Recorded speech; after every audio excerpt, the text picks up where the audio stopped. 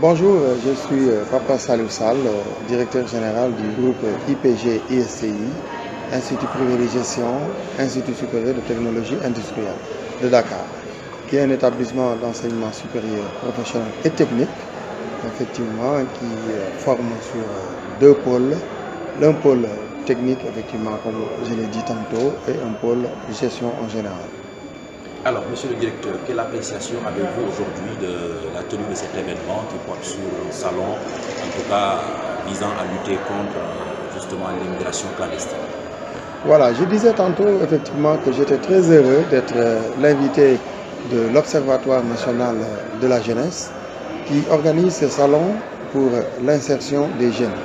Ce salon est organisé surtout pour apporter des solutions, n'est-ce pas, à l'immigration clandestine, effectivement, à laquelle nous assistons depuis quelque temps. Et je trouve que c'est une initiative louable des jeunes, n'est-ce pas, de la diaspora, de Dakar, du Sénégal en général, pour vraiment, autour d'une matinée, réfléchir sur les stratégies à mettre en place pour effectivement donner la possibilité à ces jeunes-là qui ont choisi l'immigration clandestine de rester sur place parce qu'il y a effectivement des niches d'emploi qui sont là encore, mais peu connues du public. Donc, comme je l'ai dit dans mon propos liminaire, j'encourage l'État du Sénégal, j'encourage toutes les structures mises en place par l'État du Sénégal à mieux communiquer dans ce domaine. Parce que comme vous l'ont dit tous les orateurs qui sont passés au Présidium ce matin, il y a effectivement des niches d'emploi qui ne sont pas connues encore du public. Il y a aussi des mécanismes de financement qui sont mis en place, mais qui sont vraiment inconnus, j'allais dire, des demandeurs d'emploi, des diplômés. Voyez-vous, il y a énormément d'argent qui sont logés, qui est logé déjà au niveau déjà de la mairie de Dakar à travers un fonds, qu'on appelle le Fondem, et qui accompagne les jeunes diplômés porteurs de projets. Entre autres, la batterie, n'est-ce pas, d'agences qui ont été mises en place par le gouvernement. Je trouve même anormal vraiment cette immigration clandestine parce que les jeunes ne sont pas très bien informés. En tout cas, quelle est la mission de cette formation pour lutter contre l'immigration clandestine? Vous, en tant que déjà patron d'institution et responsable peut-être l'un des responsables de l'union, en tout cas des établissements d'enseignement privé, quel rôle jouez-vous par rapport à ça? Voilà, le rôle qu'on devrait jouer, hein, moi j'allais donc jouer, donc, le rôle qu'on devrait jouer, c'est de bien informer d'abord les étudiants qui se présentent à nous, n'est-ce pas, pour choisir la bonne formation, n'est-ce pas? Il y a un profilage à faire. C'est pourquoi j'invite mes collègues chefs d'établissement à créer au sein de leur structure ce qu'on peut appeler un bureau d'orientation, d'information et d'orientation. Parce que tout part de là. Imaginons, des étudiants souvent, ils viennent avec des idées arrêtées. Je veux faire telle formation.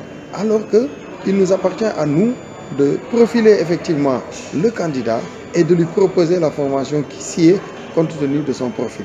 Donc là, c'est là où je lance un appel à l'ensemble de mes collègues chefs d'établissement de créer ce bureau orientation, de mettre à la disposition des étudiants des spécialistes qui puissent profiler un peu le candidat à une formation pour quand même l'aider à choisir la bonne formation. Une fois qu'on a une bonne formation, maintenant c'est au cours de la formation que l'après-formation va se dessiner. Ça veut dire simplement, si l'étudiant est porteur de projet, c'est dans le courant de sa formation qu'il va apprendre, n'est-ce pas, à mettre en place ce projet-là, à rendre ce projet-là smart, c'est-à-dire un projet soutenable, un projet atteignable, un projet mesurable, quand même, qui doit aboutir à la création et la mise en œuvre, n'est-ce pas, de ce projet-là.